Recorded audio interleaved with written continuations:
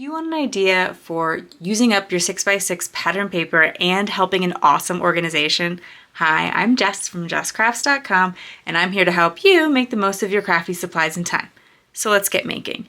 Today I have a 6x6 paper busting template. It makes 3 cards of the exact same design from one piece of 6x6 paper and no pattern paper scraps. And while I'm making this card, I do want to talk a little bit about an organization that I've worked with quite a while and has a particular need coming up that we can probably help them with. So I have my 6x6 piece of paper. I chose Altenew Celestial Paper Pack. I really like space-themed paper for like all genders. I think that it just works well for a lot of people. So it's one of my sort of like go-tos when I don't know who I'm really making the cards for. Plus it is so pretty. This paper from Altenew, you can make your own. There's a lot of tutorials out there for making your own space paper.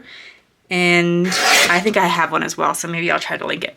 The sketch tells you, and you can get this at jesscrafts.com, or there'll be a link in the video description. It tells you to cut all of your paper into 2x2 squares, and then you're going to cut some of them on the diagonal. Now, I had a very particular way that I show you how to cut them on the diagonal because this sketch can actually work for directional paper. There have to make some slight changes in the sense that the final sketch calls for you to take one of your pieces that would have the top here and turn it on its side. It's hard to tell because I don't have directional pattern paper, but when you put that on its side like that, that would change the direction. However, you can leave it as a square in the center instead of more of that diamond shape. And then these patterns, because if you cut them according to the directions with directional paper, and then you pull them apart, it does leave them facing the right direction. So you see this one matches to this corner, this one to this corner, this one here, this one here. So it allows you to keep the directional nature of your paper. You just have to change that center square. So I hope that made sense. I'm not using directional pattern paper today, as obviously, but maybe I'll do a demonstration in the future to make it a little bit more clear. If I have an opportunity to make it work with a wider variety of papers, I try to, because I certainly get a lot of ideas where I'm like, oh, this would be really cool. And I'm like, yeah, but that's another idea where you really need non-directional paper.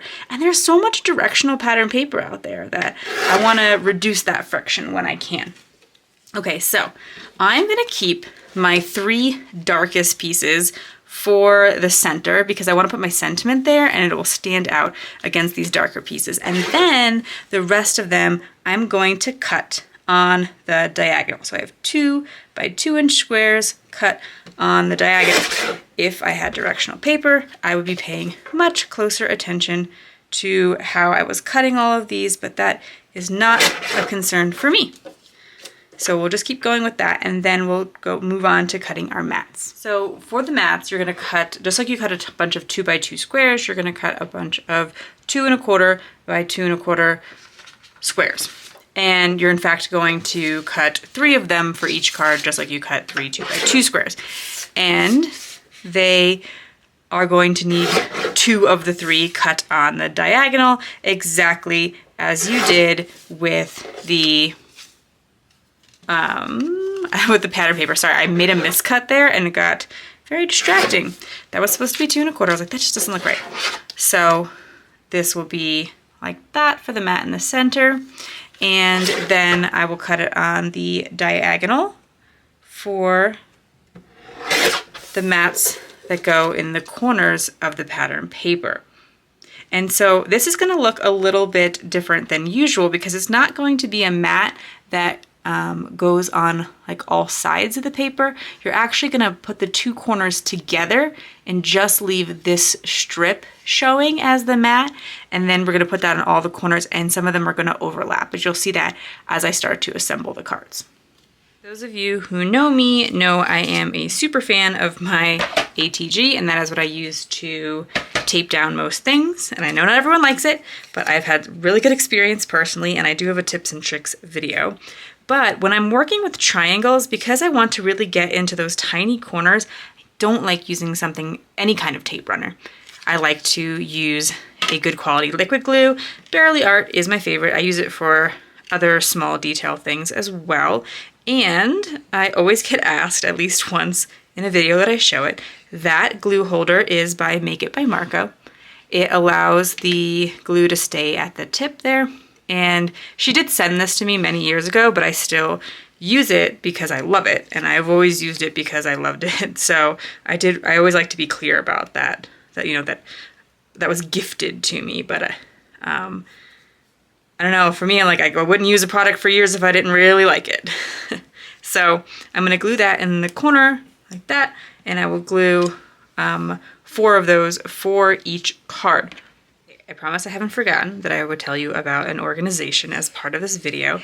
Many of you know that I donate a lot of my cards, and that at jesscrafts.com there is a card drive resources section. So if you go to jesscrafts.com, at the top it says card drive resources or where to donate your cards, and then it gives you there's a list of organizations when you click on it, and a list of jokes and sentiments. That is particularly important today because I want to talk about Cards for Kids. They serve people all over the world, although you have to send cards to a US address. And they started a recent partnership in, I believe it's the Dominican Republic, and they need something like 2,000 Spanish cards a month to serve this organization.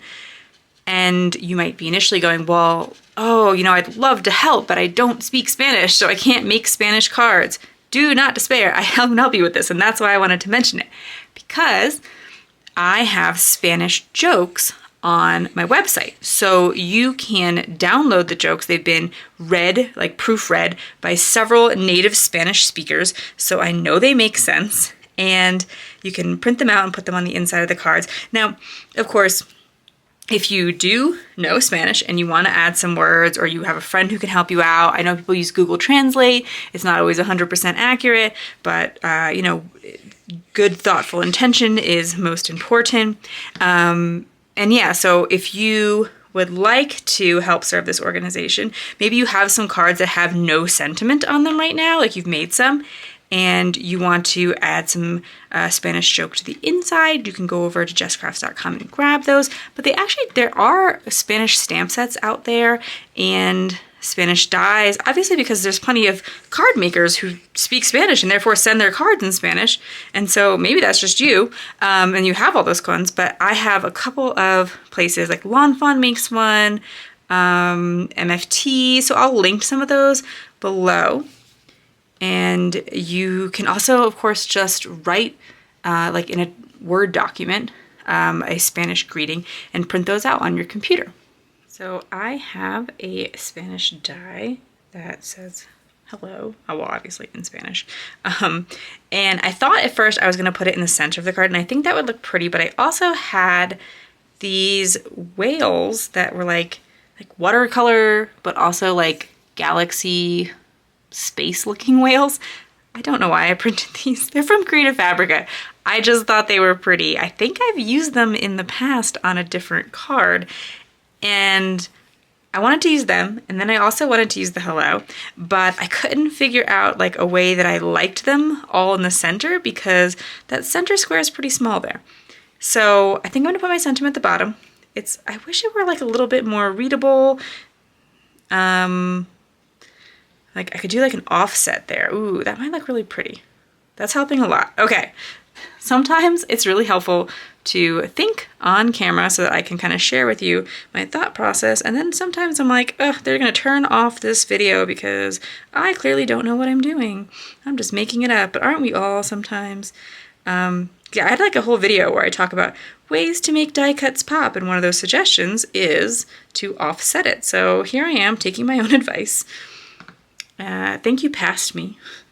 And I think that's gonna look really cool.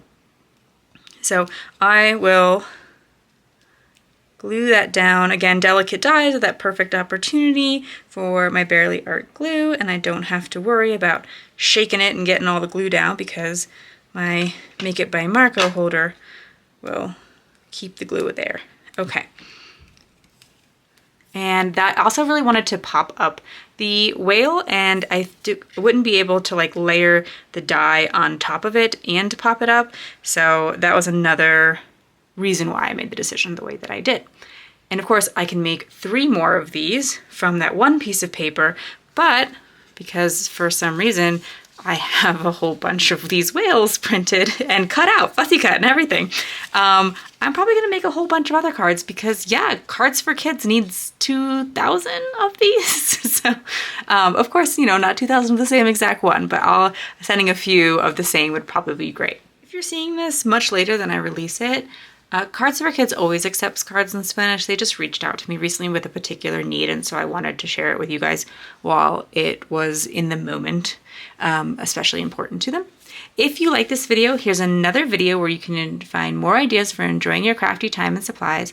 Let me know you like this video with a share to your crafty community, subscribe and click the bell so you don't miss the next template tutorial, and check the video description for product links. See you in the next video.